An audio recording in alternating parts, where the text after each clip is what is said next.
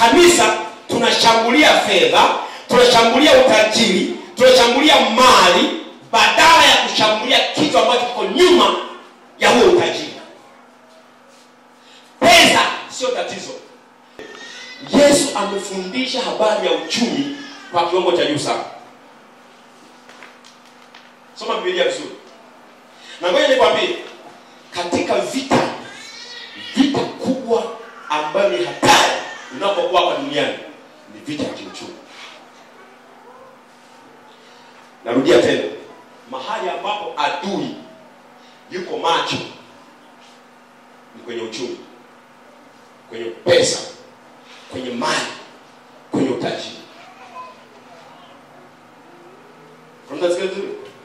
Si ajabu Yesu kuja kufika mahali anamlinganisha Mungu na mali inayotokana na uovu. Yaani kwenye Biblia hakuna kitu chochote ambacho kimelinganishwa na Mungu zaidi ya pesa kulingana na tafsiri za Kiswahili. Mhubiri anasema hivi: pesa ni jawabu la mambo yote.